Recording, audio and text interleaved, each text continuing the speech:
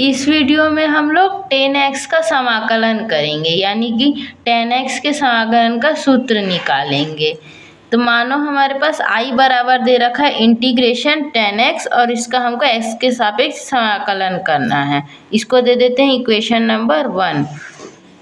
अब जो 10x होता है उसको हम लोग त्रिकोणमितीय अनुपात से क्या लिख सकते हैं, साइन x बटे कॉस x लिख सकते हैं। तो 10x की जगह साइन x बटे कॉस x लिख दिया, बाकी dx जो भी है सेम है। इसको देते हैं इक्वेशन नंबर 2। अब हमको क्या करना है, जो हम लोग लास्ट वीडियो में देखे थे, अगर हमारे पास क्या है कुछ इस तरीके से समाकलन दिया रहे कि नीचे में मान लो कोई फंक्शन f ऑफ x है और ऊपर में क्या है उस फंक्शन का डेरिवेटिव है। f ऑफ x मतलब कि उस फंक्शन का x के सापेक्ष जो अवकलन करे रहेंगे वो, और उसका हमको समाकलन करने बोला है। तो वो क्या होता है, log of f of x, यानी कि उस f ऑफ x फंक्शन का हम लोग लॉग ले लेते हैं। तो यहाँ हम लोग देख सकते हैं ये जो है ये इसी फॉर्म में है, यानी कि अगर हम लोग क्या करें cos x का अवकलन लेते हैं तो वो क्या आता है, अगर हम लोग cos x का अवकलन लेते हैं तो वो हमारे पास आता है sine of minus sine of x। तो हम लोग वही क्या किए, माइनस साइन को इस तरफ कर दिए तो हमारे पास ये वाला इक्वेशन आ गया। इसको हम लोग इक्वेशन नंबर 3 दे देते हैं, यानी कि हम साइन x की जगह ये वैल्यू पुट कर सकते हैं। तो इसको पुट कर देते हैं वहाँ, इसको इक्वेशन नंबर 3 दे सकते हैं यहाँ से। तो आई हमारे पास क्या हो जाएगा, इंटीग्रेशन d/dx cos x, और यहाँ पर माइनस का साइन भी जिसको हम लोग बाहर निकाल देते हैं, और बटे में cos x as it is है और dx यहाँ पर एज इट इज़ है। मतलब हम लोग साइन x की जगह बस क्या किए, ये वैल्यू पुट कर दिए हैं तो हमको ये मिल गया है।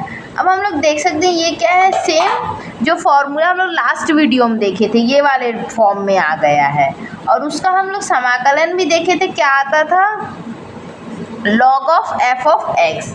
तो हमको यहाँ पर f ऑफ x क्या है, यहाँ जो हमारे पास f ऑफ x है यानी जो फंक्शन दे रखा है वो है जो हर में रहेगा वो, यानी कि cos x, और f प्राइम x क्या है हमारे पास, माइनस साइन x है। तो हम लोग क्या लिखते थे, जो समाकलन था, हम जो फॉर्मूला देखे थे, हम जानते हैं integration f prime x f of x dx, ये क्या देखे थे हम लोग, log of f of x, यानी f ऑफ x का log ले लेना है। तो i बराबर हम क्या लिख देंगे, सीधे सीधे i बराबर माइनस का साइन पहले से रहेगा यहाँ है ना, क्योंकि माइनस को हम लोग इंटीग्रेशन से बाहर निकाल चुके हैं।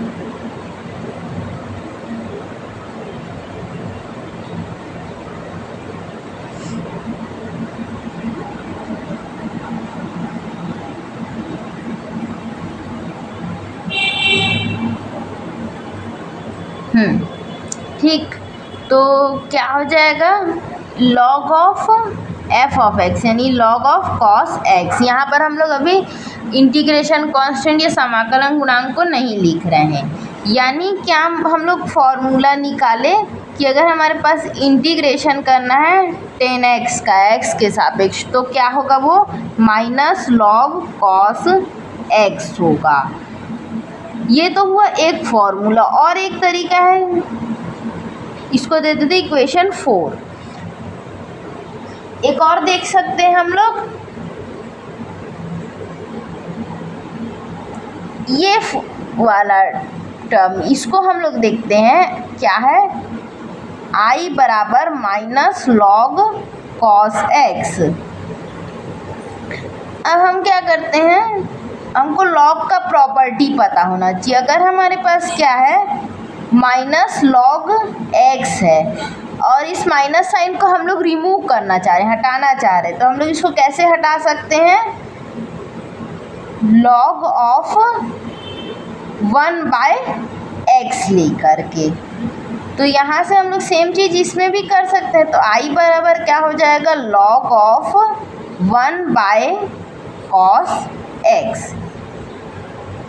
ठीक है, और 1/cos x होता है sec x, तो log sec x ये एक और फॉर्मूला आ गया, मतलब tan x dx।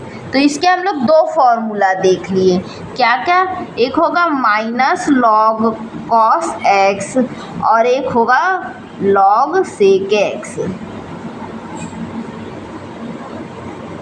तो ये हमको जो है ये डायरेक्ट रिजल्ट याद रखना है। अगर tan x दिया हुआ है और उसका x के सापेक्ष समाकलन करना है, तो उसमें हम लोग अगर माइनस साइन के साथ चाहिए, मान लो जो उसमें वहाँ पर पहले से ही माइनस साइन आ रहा है किसी कारण से और उस माइनस साइन को हम कैंसिल करना चाहते हैं, ये फॉर्मूला यूज़ कर सकते हैं। या माइनस साइन को अवॉइड करना है तो हम ये फॉर्मूला प्लस वाला, मतलब डिपेंड क्या कंडीशन दिया है सवाल में, उसके हिसाब से इन दोनों में से कोई एक फॉर्मूला इसका समाकलन का यूज़ कर सकते हैं। इसके अलावा जो है यहाँ पर हम लोग इसके दो और फॉर्मूले देख लेते हैं, नोट, उसको भी हम लोग सेम तरीके से यहाँ डेराइव कर सकते हैं। एक तो ये है ही, इसको ब्रैकेट में लिख लेते हैं हम लोग ऐसे, ये तो है ही। इसके अलावा क्या है, अगर हमारे पास tan ax हो, a क्या है? जहाँ पर एक अचर संख्या है, कोई ऐसा मान है जो कि x पे डिपेंड नहीं करता है, तो उसका क्या होगा हमारे पास समाकलन? यहाँ पर बस कुछ नहीं होगा, 1/a का इंटू हो जाएगा, बाकी सेम रहेगा। सेक ax या फिर माइनस साइन के साथ करना है तो 1 log cos ax, ये हो गया एक फॉर्मूला। एक जो है, अगर हमारे पास tan of ax plus b दे रखा है dx, जहाँ a और b क्या है? दोनों ही कांस्टेंट है, यानी x से इंडिपेंडेंट है, तब हमारे पास क्या आएगा? इसका 1/a